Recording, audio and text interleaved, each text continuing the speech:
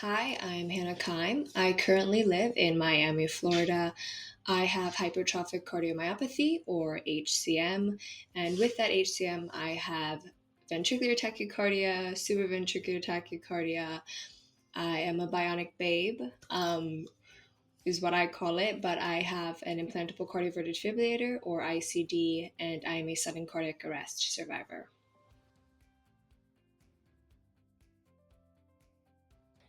I was diagnosed on September 13th, 2013, about a month into my freshman year of high school, and I was told I had hypertrophic cardiomyopathy and that I had it pretty severe. I went in to see a pediatric cardiologist with an appointment that my mom made. It took about 6 months to get that appointment, and it was only because my mom's sister, my aunt, earlier that year found out that she had HCM. And though we presented that to my pediatrician and also told him about fainting episodes I had and many other warning signs, including irregular heartbeats or shortness of breath, he dismissed me, but we fought, especially my mom, was just like, no, let's actually go see a cardiologist. And I went into that appointment, got an EKG, an echo. She listened, and then I went into her office and my life changed, and she was told she was surprised I was still alive with how severe my heart was, and that was something I was not prepared for. But I'm grateful to have been given a diagnosis.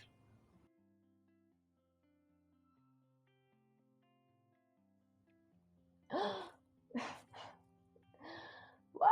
Yeah. So I don't know if you could understand any of from that facial expressions, but it was a mixture of feelings. I was definitely surprised, and actually like weirdly relieved because I felt I had something wrong. I thought maybe I could have this. Obviously, I didn't know it to what extent. So I was shocked to learn that when my doctor's like, I'm surprised you haven't dropped dead yet with how thick your heart is. And then that led to me feeling obviously very grateful that I was still alive. And then there was this, sadness that now there was a lot of things that I enjoyed in my life that I could no longer do. And then I was very overwhelmed as being a young person, who thought they had all these things they could accomplish and now being told, no, no, no, you can't do this, you can't do that, you can't do that. And it was, a lot. So it's definitely a mix of feelings. But I'm glad to still be here.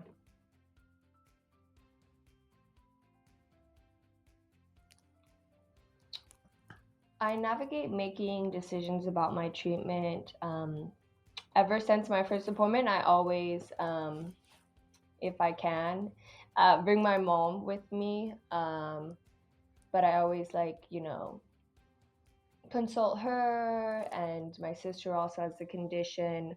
But I'm very much on my own. And now, as having been diagnosed for over 10 years, um, I feel at a better stage to, really bring up issues with my doctor and either hearing about other treatments that are people taking or connecting with other people and, finding the best option for me.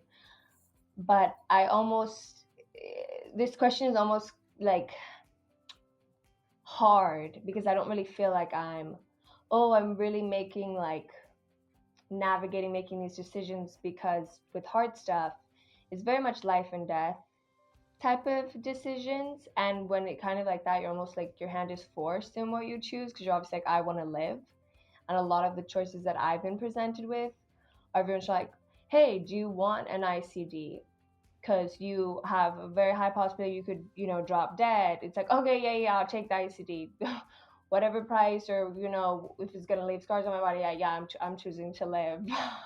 That's a choice. As much of a choice it is of mine.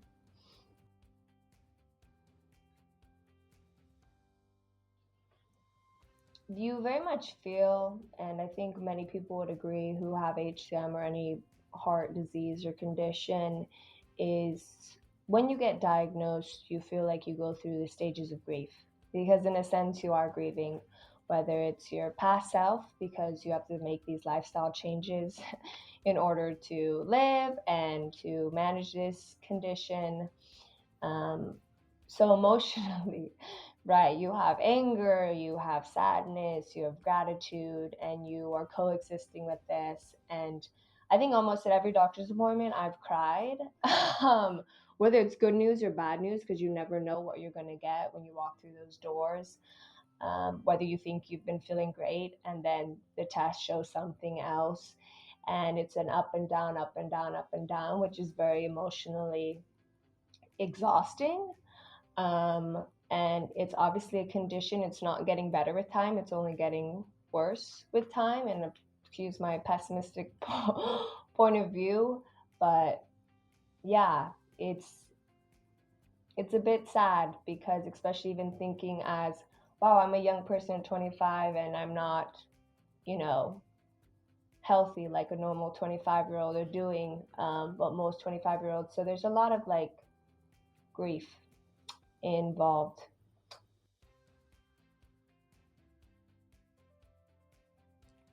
I'm still single. Um, since my diagnosis, I mean, obviously that does impact, especially it being a genetic condition, and also, having scars due to ICDs, and um, obviously, needing good insurance, somebody who has good insurance. Obviously, it does affect navigating relationships. It's hugely impacted by family because of it being genetic. Um, a week after I got diagnosed, my older sister found out she had it. My mom found out that she had it. We had some other brothers who had the gene, but it hasn't presented itself. So it's very much bonded us closer than we could have ever imagined. But it is, a taxing like toll, not only having one person with HCM, but multiple, and navigating all of that. But it's nice to have people that who get it and that I can rely on.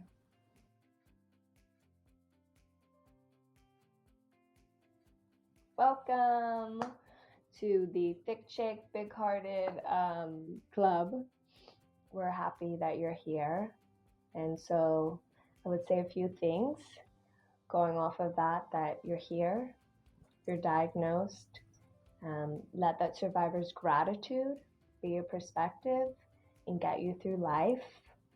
Your life doesn't end with this diagnosis. You can have a pretty good life with it. Of course, it's going to be hard when they tell you have to change it and do it, but I know from my own experience that you'll be able to find um, a new path that will bring you much joy, and most importantly that you're not alone. I was very fortunate to have my sister, and we made a little online community that turned into a nonprofit called Heart Charged, to remind people that they're not alone and that they can rely on people through this journey. So please come follow us and join us there.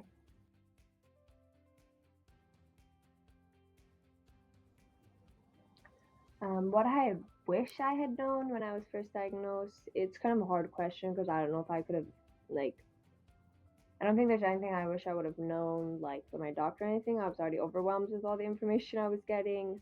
But I'll answer the question. So, obviously, being a young person and living in the day and age where I had access to the internet, after I got diagnosed, obviously I went and searched like what I could find about the condition. Was there other young people out there living with it? What did people's lives look like and whatnot? And, I searched spelling to the best of my ability, hypertrophic cardiomyopathy, reading all the articles, and then, searching, and all I found were headlines of student athlete dropping dead due to HCM, undiagnosed HCM. And I just kept seeing that. And so I was like, wow, like, is there anybody out there living, you know, like, where's the hope? Um, and so that's kind of what fueled my advocacy and hope to make community of other people and remind people that there are people out there living a life and this is what their life looks like, that it doesn't end with this diagnosis, and bringing that awareness of, how can we prevent these deaths and whatnot.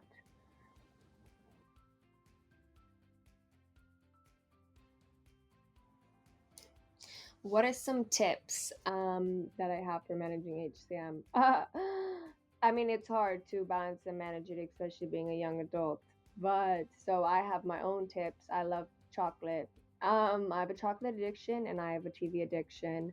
My TV addiction did start after getting diagnosed with HCM. So I would say find things that you still enjoy, um, like that, you know. Therapy is probably very useful because, like, these are traumatic events that you're going through. Finding people that you can talk to, that you can rely on, is very helpful for managing it. Being okay, every emotion that you feel with this is warranted, is allowed.